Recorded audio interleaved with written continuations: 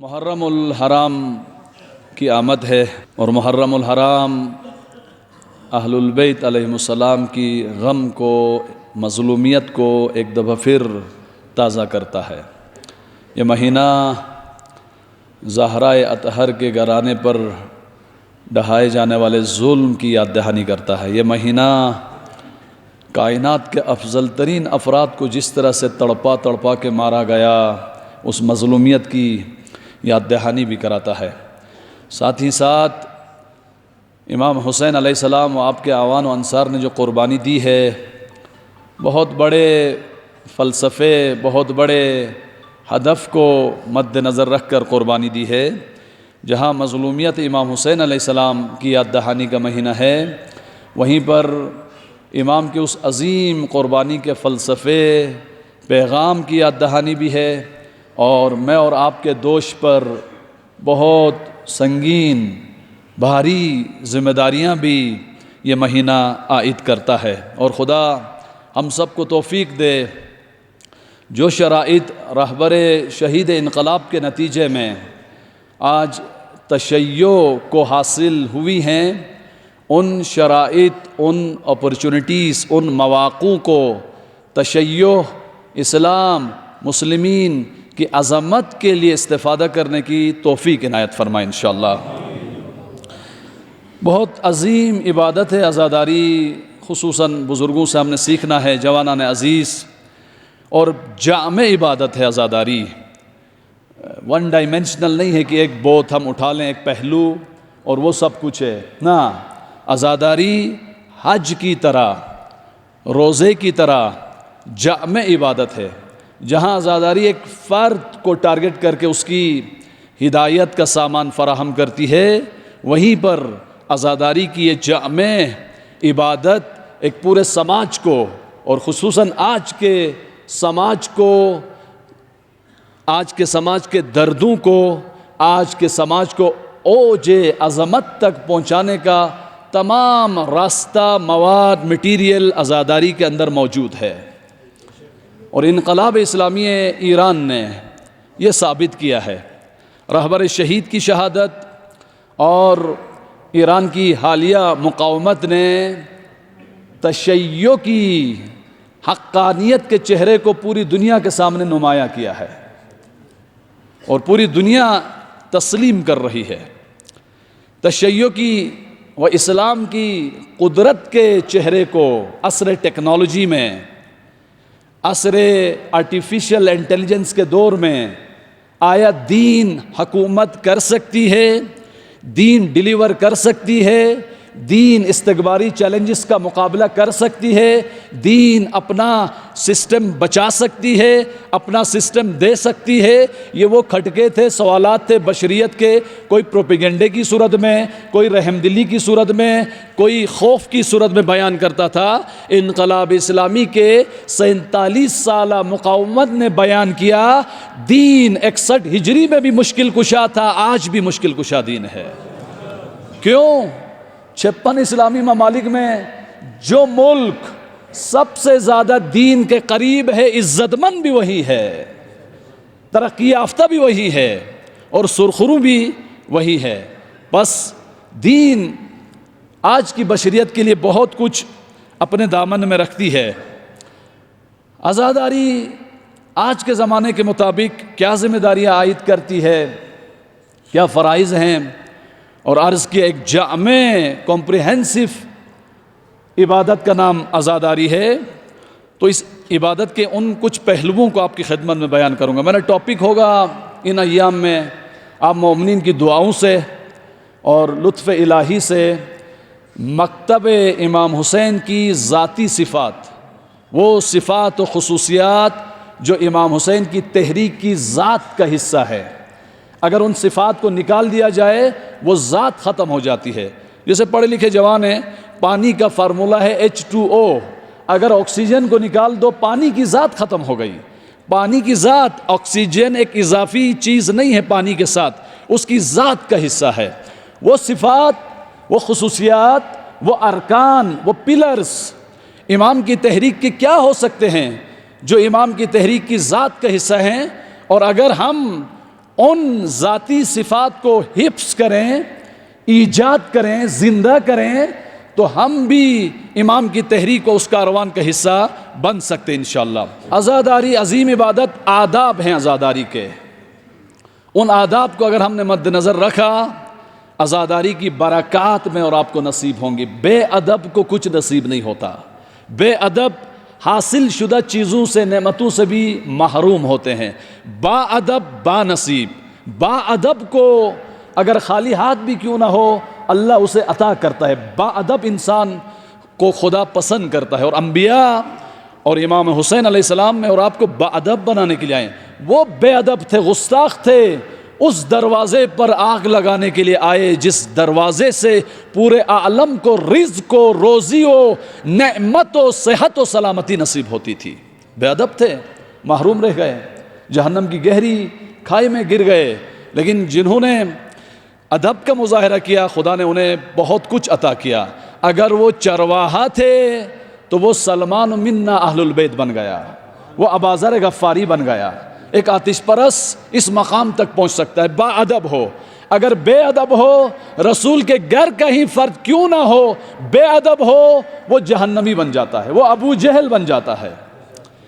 عزاداری کی برکات کو اپنے وجود و معاشرے میں سمونے کے لیے آداب عزاداری کو مد نظر رکھنا۔ ایک پہلو ادب کا ہے، اور بہت ساری ڈیٹیل بحث ہے آداب عزاداری کی، اور آپ علماء کرام سے سنتے ہیں ظاہری آداب، باطنی آداب، گھر سے باوضو ہو کر آئیں۔ اور ایک ادب، سب سے اہم ادب، باطنی ادب جو انسان کو بدل سکتا ہے، بہت بڑی تیزی کے ساتھ تبدیلی آ سکتی ہے۔ جوانان ریکویسٹ کروں گا اس ادب کو ریپیٹ کریں، ہر مجلس میں آپ جائیں ریپیٹ کریں کہ اس عزاداری کی اس محفل کو منعقد کرانا اور اہل البیت کی سیرت ہے۔ اہل البیت علیہ السلام نے تاکید کی، اور جو روایت امام صادق علیہ السلام کی، جناب فضیل کو، اللہم صلی علی، امام نے اپنے اس شاگرد کو بیان کی، اس میں مجالس کے بارے میں امام بیان فرماتے ہیں کہ ہمیں پسند ہے مؤمنین کا بیٹھنا اکٹھے، تجلسونا و تحدثونا، سوال کرتے امام، آیا آپ بیٹھتے ہو، گفتگو کرتے ہو؟ اے فضیل، ہم بیٹھتے ہیں، گفتگو کرتے ہیں۔ نہ، ہر طرح کا بیٹھنا نہیں ہے، ہر طرح کی گفتگو مراد نہیں ہے۔ امام کو مد نظر رکھ کر، امام کے راستے و پیغام کو مد نظر رکھ کر ایک محفل میں بیٹھنا، گفتگو کرنا، ڈائیلاگ کرنا، منصوبہ بنانا، قوم، ملت، افراد، خاندان، سوسائٹی کی تربیت کا نقشہ بنانا، اس مجلس کو امام پسند کرتے ہیں۔ عزاداری کی یہ محافل امام کی خود سیرت بھی ہیں اور امام کی نگاہ رحمت بھی ان مجالس کی طرف ہے۔ پہلا ادب اس مجلس میں و ہر مجلس میں داخل ہونے سے پہلے اجازت لے کر آئیں۔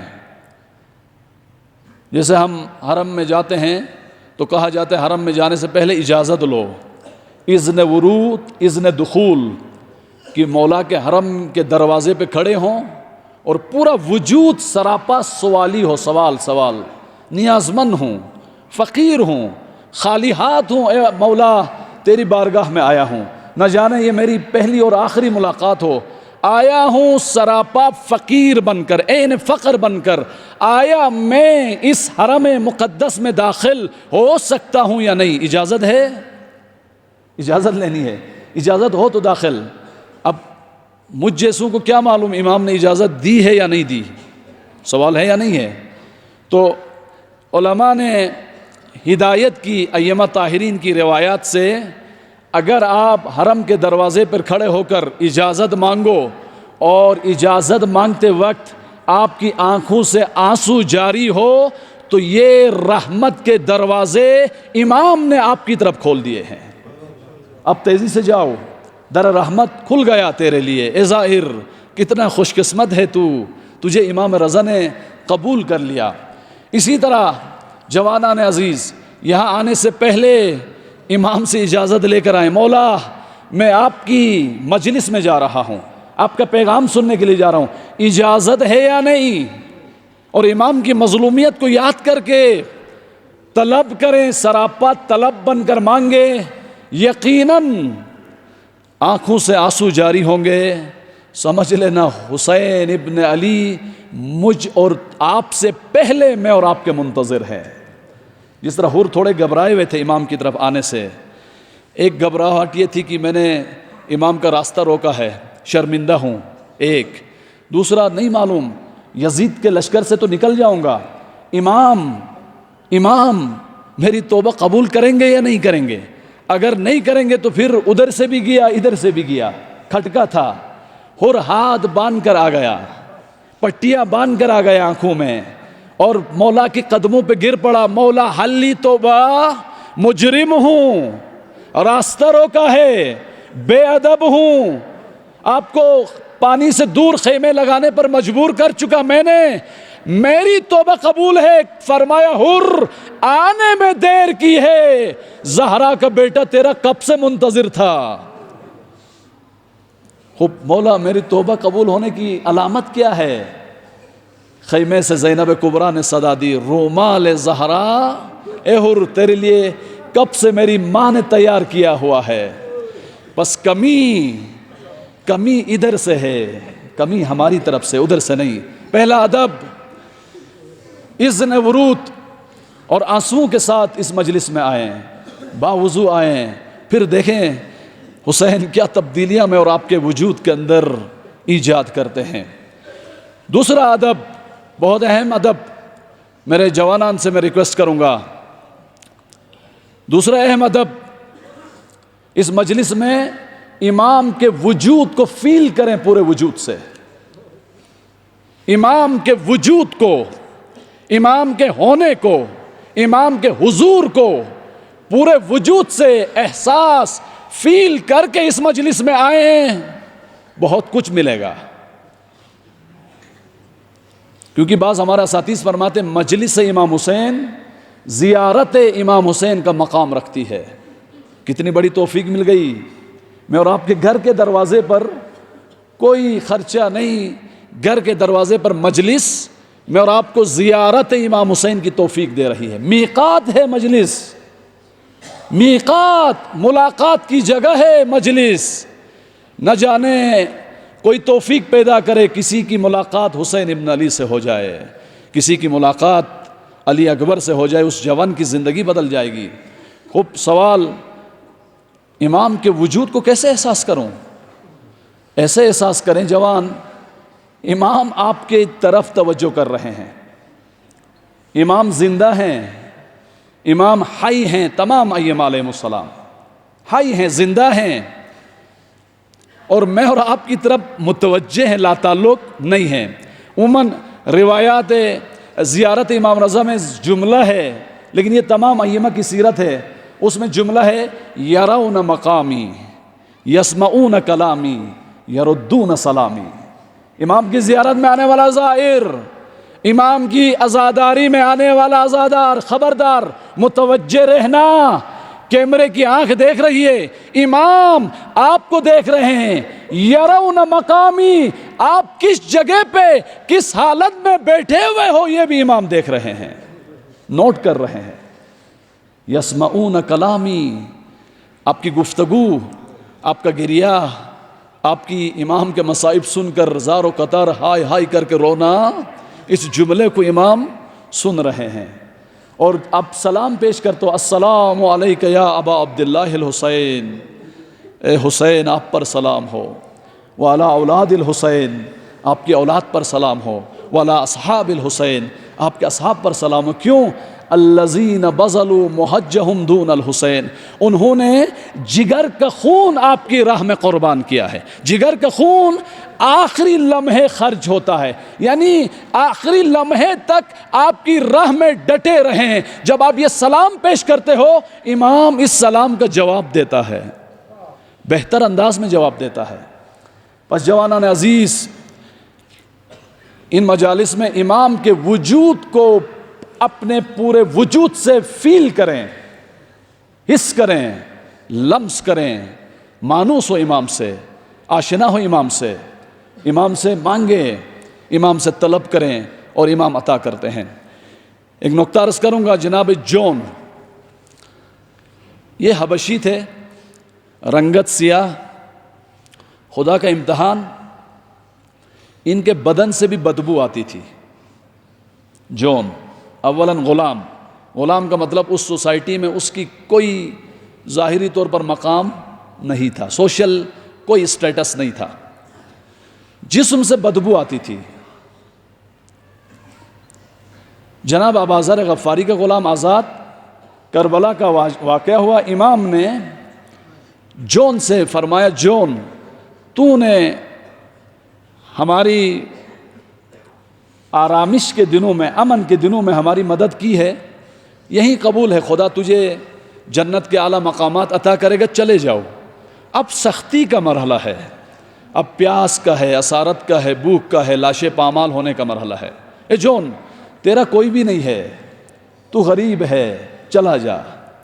جون روئے، مولا آپ نے فرمایا جب سختی کا مرحلہ ہو میں آپ کو چھوڑوں، سہولت کے مرحلے میں آپ کا ساتھ دوں، یہ بے وفائی ہے، میں بے وفائی نہیں کر سکتا۔ جون نے کچھ جملے کہیں عزادارو، امام کی رحمت کے دروازے کو جون نے کھولا ہے، امام کی رحمت کے دروازے میں لرزہ طاری کیا۔ جون نے بڑی عاشقانہ گفتگو کی امام سے اور امام کی رضامندی کو جلب کیا۔ امام جو برکات کسی مومن کو دے سکتے تھے، ان برکات کو جلب کرایا۔ جون نے فرمایا، مولا آپ اس لیے مجھے دور کر رہے ہیں، امام ان چیزوں سے پاک ہیں، لیکن جون جانتے ہیں امام کے در رحمت کو کیسے کھولا جا سکتا ہے، کس محبت بری زبان سے میں امام سے گفتگو کروں تاکہ امام کے در رحمت سے مجھے عطا ہو اور میں اس کاروان کے حصہ بن جاؤں۔ فرمایا، مولا اس لیے مجھے دور کر رہے ہیں کہ میرے بدن سے بدبو آتی ہے، میں غلام ہوں، میری کوئی معاشرتی حیثیت نہیں ہے، اس لیے پسند نہیں فرماتے ہیں آپ کے کاروان کا حصہ بنو۔ امام نے گلے لگایا جون کو، ایک جون قربان جاؤں تیری گفتگو پر، اے جون گلے لگو، اور جون کی بدبو کو خوشبو میں بدلا، جون کے لاشے کو وہ نورانیت ملی، عزاداران امام حسین، وہ نورانیت ملی۔ کربلا میں بہت سے لوگوں کو غلط فہمی ہوئی، یہ جون کا لاشا ہے یا امام حسین کا لاشا ہے۔ اس زبان کو ڈھونڈیں جس زبان سے امام کی رحمت کے دروازے کو کھولا جا سکتا ہے۔ پہلے امام کے وجود کو لمس کرے، جون کی زبان میں گفتگو کرے، مولا ہمارا بھی کوئی اسٹیٹس نہیں ہے، مولا ہم بھی گنہگار ہیں، ہم بھی خالی ہیں، اے مولا آپ عطا نہیں کریں گے تو کون عطا کریں گے۔ بس دوسرا ادب، امام کے وجود کو اپنے پورے وجود سے احساس کریں، اس وجود کے ساتھ مرتبط ہوں، اٹیچ ہوں، اور اس وجود سے لا تعلق نہ ہو۔ جون کی طرح، حر کی طرح اس امام سے راز و نیاز کریں، وہ امام سب کچھ عطا کر سکتا ہے، کمی ہماری طرف سے ہے۔ تیسرا ادب ایک اور دروازہ امام نے کھولا ہے، تقدیر بدلنے کا دروازہ کھولا ہے۔ عزاداری کارخانہ انسان سازی ہے، عزاداری صرف کچھ لوگوں کا اجتماع، کچھ لوگوں کا صرف رونا گریا نہیں ہے۔ جوانان مؤمنین، کارخانہ انسان سازی ہے، اور یہ وہ کارخانہ ہے ہر زمانے کی ضرورت کے مطابق پروڈکٹس پروڈیوس کر کے معاشرے کو دیتا ہے۔ اگر اس زمانے کو کبھی ابازر چاہیے، اہل البیت کا کارخانہ تربیت اس سوسائٹی کو ابازر عطا کرتا ہے اور حق کا پرچم گرنے نہیں دیتا۔ اگر کسی معاشرے کو مالک اشتر چاہیے، اہل البیت کی تربیت کا کارخانہ مالک اشتر جیسا شجاع بیٹا دیتا ہے۔ اور اگر کسی زمانے کو عصر ٹیکنالوجی میں خمینی بچکن چاہیے، کارخانہ تربیت خمینی بچکن کی تربیت کرتا ہے، اور خمینی ببانگ دوحل کہتا ہے، ما ہرچی داریم السید الشہداء داریم، ہم نے مستکبرین کی ناک کو خاک میں رگڑا ہے تو یہ طاقت، یہ ارادہ عاشورہ کے ارادے سے کیا ہے۔ ان کے پاس ایٹم بم ہے، ایٹم بم پہاڑوں کو ریزہ ریزہ کر سکتا ہے، ایٹم بم عاشورائی ارادے کو ریزہ ریزہ نہیں کر سکتا۔ عزاداری کارخانہ یہ تربیت ہے، اور اس کارخانہ تربیت کہ اس تربیتی پروسیس سے گزریں، اپنے آپ کو گزاریں، اور اس تربیتی پروسیس سے گزر کر نسل عاشورائی، نسل مستشہد، وہ نسل جو فرعونوں کے لیے چیلنج بنے، وہ نسل جو سوسائٹی کی اصلاح کرے، درد نہ ہو سوسائٹی کے لیے، بوجھ نہ ہو سوسائٹی کے لیے، فتنہ نہ ہو سوسائٹی کے لیے، تفرقہ کا انگیز نہ ہو سوسائٹی کے لیے، تعصبات پھیلانے والا نہ بنے سوسائٹی کے لیے، کرپشن کرنے والا نہ بنے سوسائٹی کے لیے، سوسائٹی کے خون کو چوسنے والا نہ بنے، ناجائز اختیارات استعمال کر کے سوسائٹی کو کھوکھلا کرنے والے نہ بنے، بلکہ اس تربیتی پروسیس سے گزر کر وہ بنے جو سوسائٹی کی مشکلات کا مداوا کرے۔ جب ہم امام کے مصائب پر روتے ہیں تو آپ اٹیسٹ کرتے ہو، تصدیق کرتے ہو، ہم امام کے موقف، امام کے بیانیے و امام کے نیریٹو کو قبول کرتے ہیں۔ انسان ایسے ہی نہیں روتا، دل متاثر ہو تو روتا ہے۔ آپ کا رونا اس بات کی تصدیق ہے، پاکیزگی ہے وجود میں، الحمدللہ، اور امام کے بیانیے کو آپ قبول کر رہے ہو، اور آپ نے امام کے بیانیے کو قبول کیا، حق کے امام کے ساتھ کھڑے ہو گئے۔ اب سفر بہت طولانی ہے، ایک دوسرا آسود تطہیر کا باعث ہے۔ دیکھیں، گناہ ہم سے ہوتے ہیں، اللہ ہم سب کے گناہوں کو معاف فرمائیں۔ توبہ واجب فوری ہے، توبہ ہم کریں تو کیا ہوتا ہے؟ گناہوں کی اس گندگی سے ہم پاک ہو جاتے ہیں۔ ایک اعمال صالحہ آپ انجام دیں، حسنات سیئات کو کھا جاتے ہیں، جس طرح آگ لکڑی کو کھا جاتی ہے، گناہ ایمان کو کھا جاتے ہیں، اور حسنات نیک اعمال گناہوں کو کھا جاتے ہیں۔ دو، طہارت کا ذریعہ۔ تیسرا، لوگوں کی خدمت کرو بے لوث، نہ مفاد پرستی پر، یہ خدمت آپ لوگوں کی کرو، یہ گناہوں کا کفارہ ہے۔ جناب علی ابن یقطین امام کاظم علیہ السلام کا شاگرد تھا، امام کے حکم سے ہارون رشید کے اس سسٹم کا حصہ بنے۔ امام نے علی ابن یقطین کو سختی سے فرمایا، علی ابن یقطین تو میرا شیعہ ہے، میرے حکم سے گئے اس سسٹم میں، تیرے گناہوں کا کفارہ مؤمنین کی خدمت ہے، مؤمنین کی خدمت ہے۔ اور چوتھی چیز طہارت و پاکیزگی کی، امام حسین کے مصائب پر رونا ہے۔ ایک، امام حسین کے مصائب کا ایک اور اثر، مقامات کو بلندی عطا ہوتی ہے۔ انبیاء روئے امام حسین علیہ السلام پر، کیوں روئے؟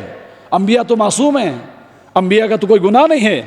انبیاء روئے حسین کے مصائب پر تاکہ ان کے مقامات بلند ہو جائے امام کے غم کے توسط سے۔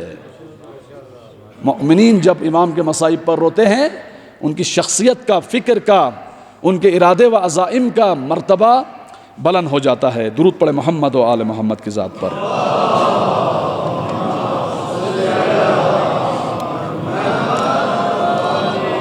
امام رضا علیہ السلام کی حدیث ہے، ان سرک ان تکون معنا فی درجات العلا۔ امام فرماتے ہیں، کوئی اہل البیت کا مقام کتنا بلند ہے؟ امام رضا علیہ السلام فرماتے ہیں، ہے کوئی مومن جو مقام اعلی پر جو ہم فائز ہیں معنا ہونا چاہتا ہے، ان تکون معنا فی درجات الاولا، ان مقامات پر فائز ہونا چاہتا ہے کوئی یہ آرزو رکھے، یہ تمنا رکھے،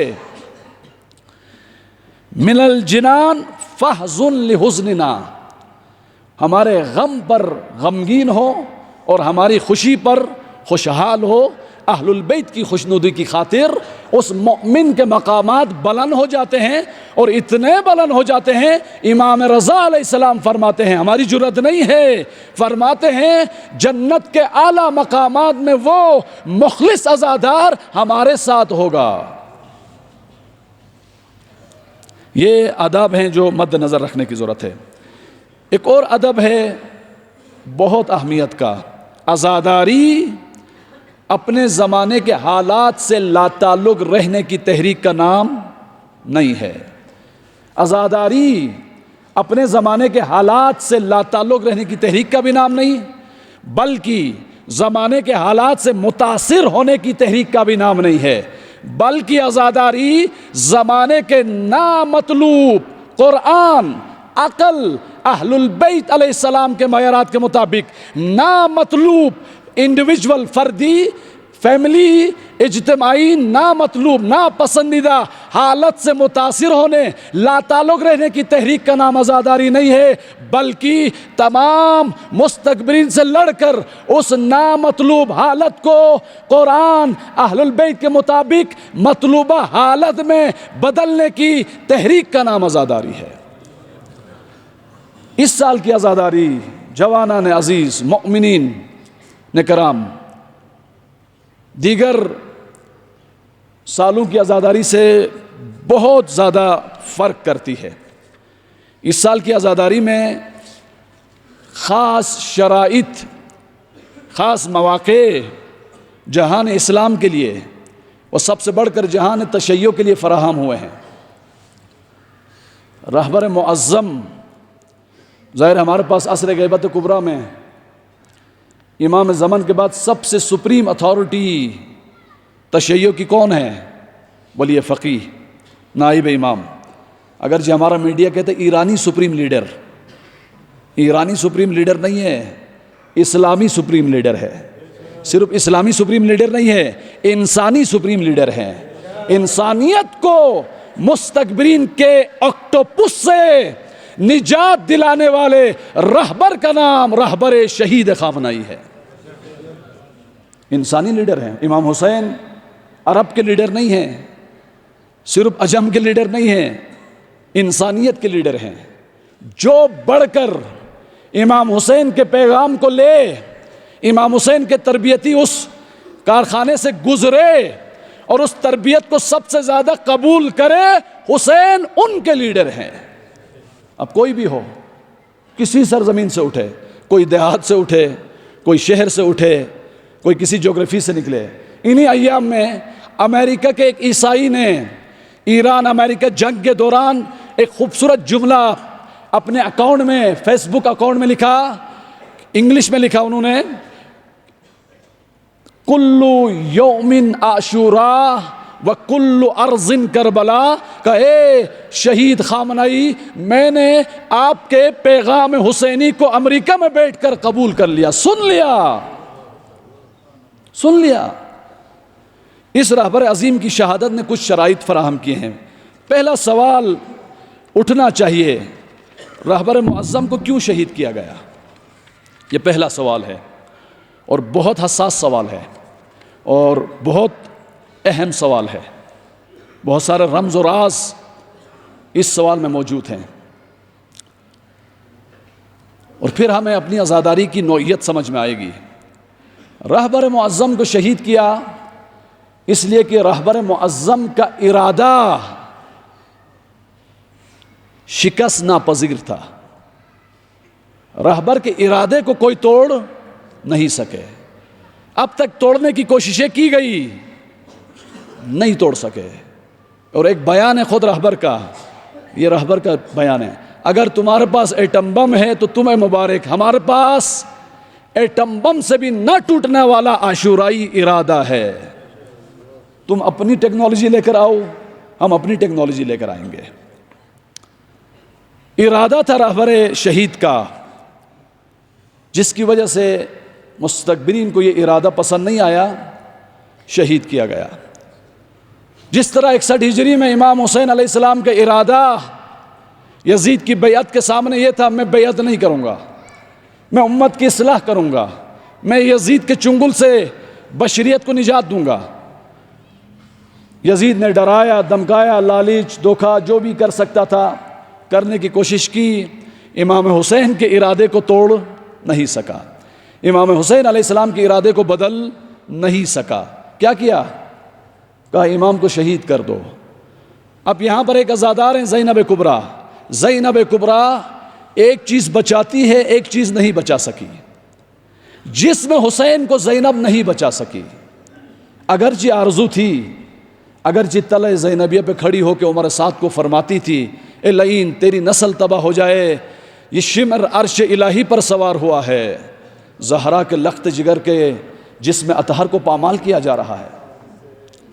زینب کبریٰ جسم حسین نہیں بچا سکی، لیکن زینب نے ارادہ حسین کو بچایا. آفرین ہو علی کی بیٹی، اسی دن کے لیے آپ کو بچایا ہوا تھا زینب کبریٰ. ارادہ حسین کو بچایا. یزید جسم حسین کی طرح ارادہ حسین کو بھی مسلنا چاہ رہا تھا، منحرف کرنا چاہ رہا تھا، ٹویسٹ کرنا چاہ رہا تھا. میڈیا ٹرائل کے ذریعے سے جلاد اور شہید کے مقام کو بدلنا چاہ رہا تھا. شہید کو دہشت گرد اور جلاد کو نجات دہندہ کے طور پر بتانا چاہ رہا تھا. کس نے ناکام بنایا؟ کس نے ارادہ زینب کو بچایا؟ حسین کو بچایا. زینب نے کہاں بچایا؟ کربلا کی اس ریت میں بچایا جب آپ کے ہاتھ پر رسن باندھے گئے. بازار کوفہ میں بچایا، دربار شام میں بچایا، اور آج تک بچایا. ارادہ حسین کو بچایا زینب نے. جوانان عزیز، آج 2026 کے حالات زینبی عزاداری کے حالات کے مشابہ ہیں. آج ہمارے رہبر کے جسم ہم نہیں بچا سکے، اور ابھی تک تو دفن بھی نہیں کر سکے، اور شہید ہوئے روزے کی حالت میں، شہید ہوئے تلاوت قرآن کی حالت میں، شہید ہوئے مٹھی. رہبر جب شہید ہوئے، رہبر جدید نے فرمایا، میں نے جنازہ دیکھا ہے رہبر شہید کا، فرماتے ہیں کہ رہبر کا ہاتھ جو سالم ہاتھ تھا یوں تھا اس حالت میں. یہ کس چیز کی علامت ہے؟ یہ ریزسٹنس کی علامت ہے، یہ مقاومت کی علامت ہے. میرے جسم کے ٹکڑے ہو گئے، میری نواسی ٹکڑے ہو گئی، میری بیٹی شہید ہو گئی، لیکن میرے اس مکے کا، اس مٹھی کا میسج پڑھ لینا، میں ڈرا نہیں ہوں، میں جھکا نہیں ہوں، میرا ارادہ پھولادی ہو گیا ہے. جسم نہیں بچا سکے. یہاں زینب کبریٰ رہنمائی فرماتی ہے، جسم نہیں بچا سکے، ارادے رہبر کو بچاؤ، رہبر کے ارادے کو بچاؤ، رہبر کے ارادے کو زندہ کرو. خوب سوال، اگلا موسٹ امپورٹنٹ سوال، ارادے رہبر کیا ہے؟ ارادے رہبر کیا ہے؟ اور یہ رمز و راز کھل جائے، مجھے حقیقی عزادار بننے کا ایڈریس مل جائے گا. پھر زندگی میں 180 درجے کا انقلاب آئے گا. بے شک آپ جس کاروبار میں ہو، جس ایکٹیویٹی میں ہو، اس کی نگاہ بدل جائے گی. رہبر کا ارادہ 4-5 پوائنٹس میں ہے، میں تیزی سے بیان کرتا ہوں. پہلا ارادہ رہبر کا، اس ارادے کی وجہ سے شہید کیا گیا ہے، تو پتہ ہو ہمیں وہ ارادہ، جس ارادے کو زندہ رکھنا ہے ہم نے اپنی اپنی توفیق کے مطابق. پہلا ارادہ رہبر کا ایران قوی، ایران مقتدر، ایران شجاع، ایران مستقل، ایران ترقی یافتہ، ایران مقاوم، ایران یک پارچہ و یونائٹ. آیا اس ارادے کو رہبر کی شہادت کے بعد اس ملت نے زندہ رکھا یا نہیں رکھا؟ رکھا. اس ملت کو مٹانے کے لیے 40 ممالک استعمال ہوئے ہیں، 40 ممالک استعمال ہوئے ہیں. اور ایران اسلامی اسرائیل پر ایک میزائل برسانے کے لیے 40 ممالک کے کھڑی کردہ رکاوٹوں کو عبور کر کے وہ میزائل پہنچتا تھا. ایران اسلامی آئیڈیالوجی کا بھی امام ہے. عزت و کرامت کے اوج پر انکنڈیشنل سرنڈر کے سامنے ڈٹا. یہ کس یونیورسٹی میں یہ جرات ملتی ہے؟ ایڈریس ڈھونڈو اور اس یونیورسٹی کے طالب علم بن جاؤ. وہ یونیورسٹی ہے یونیورسٹی آف امام حسین علیہ السلام. آئیڈیالوجی کا بھی امام، ٹیکنالوجی کا امام. ایران واحد ملک ہے جو امریکہ کی ٹیکنالوجی کا غرور تھا. F-35 وہ طیارہ ادھر آواز آتی تھی ہوتا گلگت میں، گلگت میں آواز آتی تھی طیارہ ہوتا تھا اسلام آباد میں. کون مار سکتے اس طیارے کو؟ اور پھر فرعونیت دیکھیں، کہا راڈار پروف بھی ہے اور خدا کی آنکھ بھی اس طیارے کو دیکھ معاذ اللہ. پھر عاشورائی ملت نے اپنے دیسی ساختہ ٹیکنالوجی سے F-35 کو گرا کے بتایا ایران اسلامی دین، عاشورا و رہبروں کی طاقت کے نتیجے میں آئیڈیالوجی کا بھی امام ہے، ٹیکنالوجی کا بھی امام ہے. Super technology. اب امریکہ جنگ کرے گا تو اور کون سی اس کے پاس اسپیس سائنس ہوگی؟ جتنی تھی وہ لے کر آیا، اور کیا بگاڑا؟ کچھ نہیں بگاڑا. 47 سالوں سے جو ایران کے پیسے ہڑپ کر چکے تھے، $24 ملین، $12 ملین چپکے ایران کو دے چکے ہیں. تمام پابندیاں ہٹ گئی ایران کی. تنگے ہرمز پھر بھی نہیں کھلا. ایران ایک قوی رہبر کا ارادہ تھا، اور مزید اس جنگ کے بعد یہ ایران قوی ہوگا انشاءاللہ. کیوں نہیں ہوگا؟ ہم نے اپنی آنکھوں سے دیکھا ہے. ایک ماں اپنے گھر کے 8 جنازے اٹھا کر آئی، 8 جنازے اٹھا کے پرچم ایران لے کر آئی، نیا لباس پہن کر آئی. انٹرویو دیتی ہیں، روتی نہیں. پوچھنے والے نے پوچھا کون ہیں یہ جنازے، کس کے ہیں؟ کہنے لگی یہ میرے تربیت یافتہ 8 بچے ہیں. تو آپ کو خوف نہیں آتا، افسوس نہیں ہے؟ کہنے لگی جانتے نہیں ہو ہم 8ویں امام رضا کی ملت ہیں. ایران ملت امام حسین ہے، ملت امام رضا ہے. یہ امام رضا کی راہ میں نے قربان کیے. پرچم اٹھا رہی ہوں تاکہ رہبر شہید سے میرا وعدہ ہے، اے رہبر شہید، آپ کی راہ کو ان شہداء نے نہیں چھوڑا. یہ پرچم میرے حوالے کیا، اس پرچم کو گرنے نہیں دوں گی. دوسرا رہبر کا ارادہ ملتوں کی بیداری، ملتیں مشترکہ دشمن کو پہچانیں. رہبر کا ارادہ تھا، چیختے رہے. اسلامی ممالک کے سفراء کو بلایا، پریزیڈنٹس کو بلایا، پرائم منسٹرز کو بلایا، اسکالرز کو بلایا، جوانوں کو بلایا، علماء کو بلایا. ملتوں کو بیدار کرو، ملتیں ہمراہ ہوں، ملتیں ہم سنگر ہوں، ملتیں ہم فکر ہوں، ملتیں آپس میں ہاتھ دیں مشترکہ دشمن کے خلاف. خصوصاً اسلامی ممالک کی ملتیں. مڈل ایسٹ میں امریکہ کے کیا کام؟ ہم بیٹھیں، ہم ایک دوسرے کے ساتھ بائی بن کر رہیں. ترقی، تعمیر ہماری تقدیر میں لکھ دی جائے گی. اور ملتیں ہمراہ ہو گئی، ہم سنگر ہو گئی. الحمدللہ پوری دنیا سے اس وقت ایران کے لیے دعائیں، ایران کے حق میں اجتماعات، ایران کے حق میں فنڈنگ، اور یہاں کے علماء نے، یہاں کے مرکز کے علماء نے بھی الحمدللہ بہت بڑا باشکوہ اجتماع منعقد کرا کے پاکستانیوں کا بھی سر فخر سے بلند کیا. اللہ پاک آپ سب و ان علماء حقہ کا سایہ دراز فرمائے انشاءاللہ. ملتیں بیدار ہو گئی، ہمراہ ہوئی، اور ایران اسلامی کو اپنا اسوہ مانتی ہے. امت امامت کہ یہ ایک مرحلہ طے ہو گئی. یہ شرائط اس خون کے نتیجے میں فراہم ہوئی ہے، ناممکن تھی عام حالات میں. تیسرا، جب ملتیں متحد ہوں، ہم فکر ہوں، ہمراہ ہوں، حکومتوں کی باری آ جاتی ہے. حکومتیں بھی ہمراہ و ہم فکر ہوں گی انشاءاللہ. اور الحمدللہ ہمارے ملک عزیز پاکستان کی گورنمنٹ، اور خصوصاً گورنمنٹ سے بڑھ کر ہمارے جوانوں نے، ملتوں نے، شیعہ سنی علماء نے، اسکالرز نے، اور شیعہ سنی اینکر پرسنالٹیز نے ان ایام میں بہت اچھا پیغام دیا. ہم ان اہل سنت کے علماء، اسکالرز اور تمام اینکرز کا شکریہ ادا کرتے ہیں. اللہ پاک ملت پاکستان کی اس یونٹی کی حفاظت فرمائیں، اور ہم سب کو توفیق دے، ہم سب مل کر اپنے اس ملک کو عزت و کرامت کا گلستان بنا سکیں انشاءاللہ. اسلامی ممالک کا اتحاد رہبر کی آرزو تھی. فرماتے تھے یورپی یونین 28 ممالک، ایک کرنسی. جو قوی ممالک ہے ضعیف کا ہاتھ پکڑتے ہیں، جو سیاسی طور پر قوی ہیں ضعیف کا ہاتھ پکڑتے ہیں. تعاون ہے، کوپریشن ہے، یونٹی ہے، اور ایک پر حملہ ہو سب اکٹھے ہوتے ہیں. اسلامی ممالک اکٹھے ہوں، وحدت، یونٹی، خدا شاہد ہے. ایران اسلامی، پاکستان اسلامی، ترکیہ، سعودی عرب، امارات، خلیجی ممالک اگر یونائٹ ہوں، خدا شاہد ہے ملت اسلامیہ کی غلامی، غربت، فرقواریت اور ہر درد کا مداوع ہو سکتا ہے. اور یہ شرائط فراہم ہو رہی الحمدللہ. اور ایک اور ارادہ رہبر کا جو بہت اہم ارادہ ہے جو سب سے پہلے محقق ہو گیا.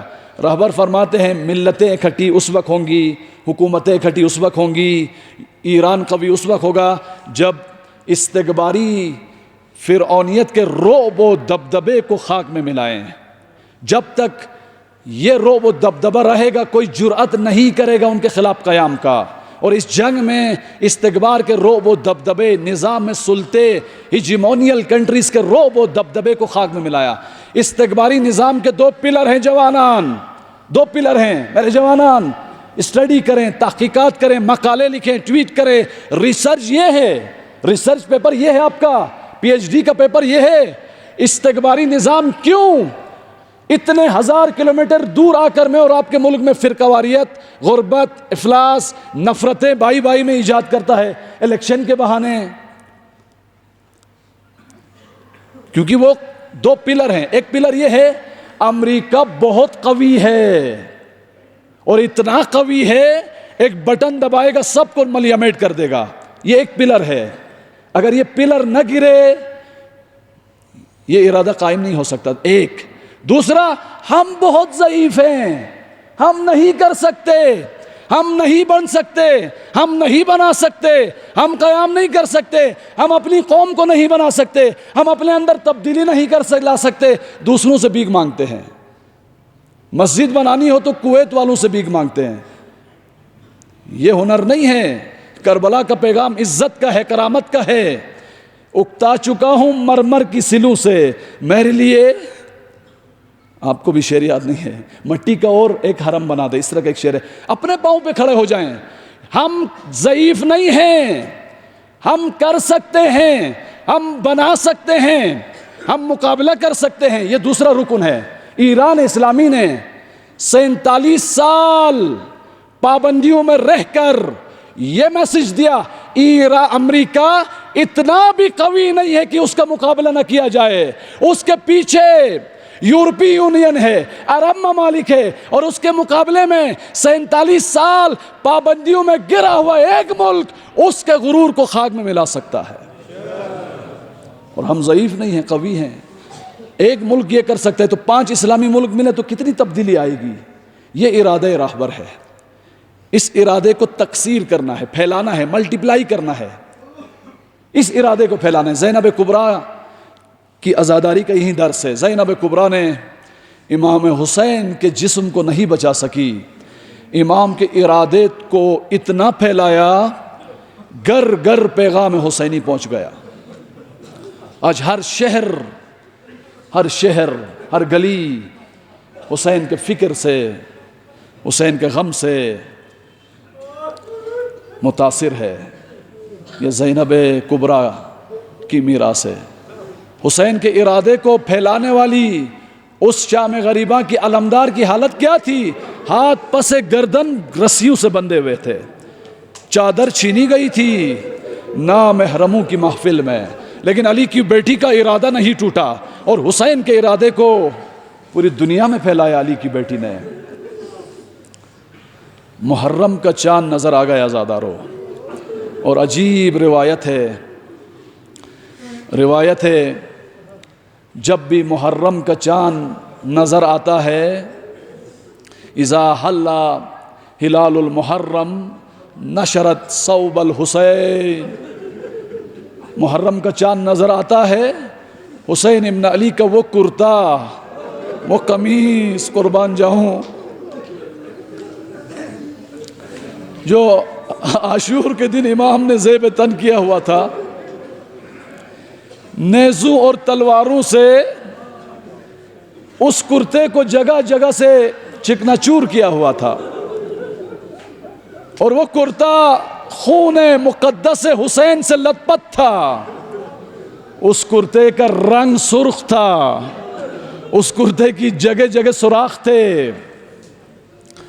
ہر سال کے محرم میں پہلی محرم کو وہ کرتا آسمانوں میں لڑکایا جاتا ہے. یہ جو آپ رو رہے ہو نا، کیوں رو رہے ہو؟ شاید میں اور آپ کو رمز و راز معلوم نہ ہو. امام نے فرمایا وہ کرتا آسمانوں میں لڑکایا جاتا ہے، اور ہم اہل البیت اور ہمارے شیعہ اس خون کی بو کو سونگھتے ہیں، اس مظلومیت کا درک کرتے ہیں، اور ہماری آنکھوں سے خون کا فوارہ جاری ہوتا ہے۔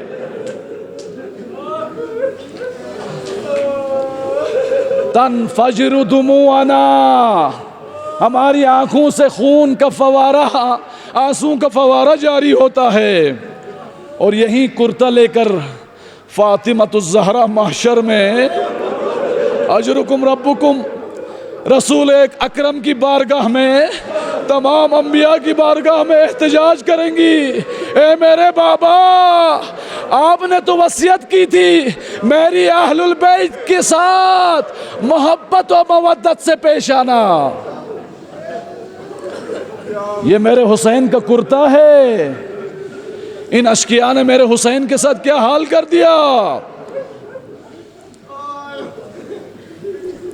آج یہ کرتا آسمانوں میں لٹکایا گیا ہے، بشریت رو رہی ہے حسین کے غم و مصیبت کو یاد کر کے، چونکہ امام حسین اسی شہر میں پلے بڑے ہیں، نہ جانے ایک دفعہ دیکھتے تھے رسول اکرم کا دوش یاد آ جاتا تھا، ایک دفعہ امام حسین دیکھتے تھے امام حسن کی مظلومیت یاد آتی تھی، ایک دفعہ امام پلٹ کر دیکھتے تھے ماں زہرا کا زخمی پہلو یاد آ جاتا تھا،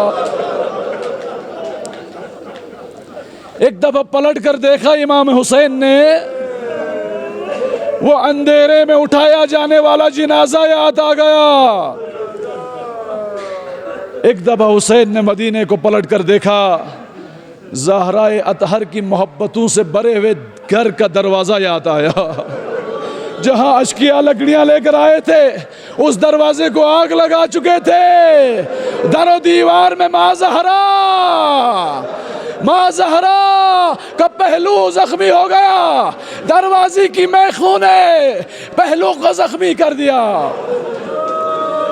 جب علی مرتضیٰ نے رات کے اندھیرے میں غسل دیا نا زادارو، حیدر کرار کی ایک چیخ بلند ہوئی، اس طرح کبھی نہیں روئے، بلند آواز سے رونے لگے، اے رسول کی بیٹی، شیر خدا موجود ہو اور تیرا پہلو زخمی ہو، شیر خدا کو خبر نہ ہو، میرا غم سرمدی ہو گیا۔ رسول اکرم کو خطاب کیا، یا رسول اللہ، تیری امانت لوٹا چکا ہوں، امانت دیتے وقت سالم تھی، اب سالم نہیں رہی، خود پوچھ لینا امن نے زہرا کے ساتھ کیا سلوک کیا۔ الا لعنت اللہ علی القوم الظالمین وسیعلم الذین ظلموا ای منقلب۔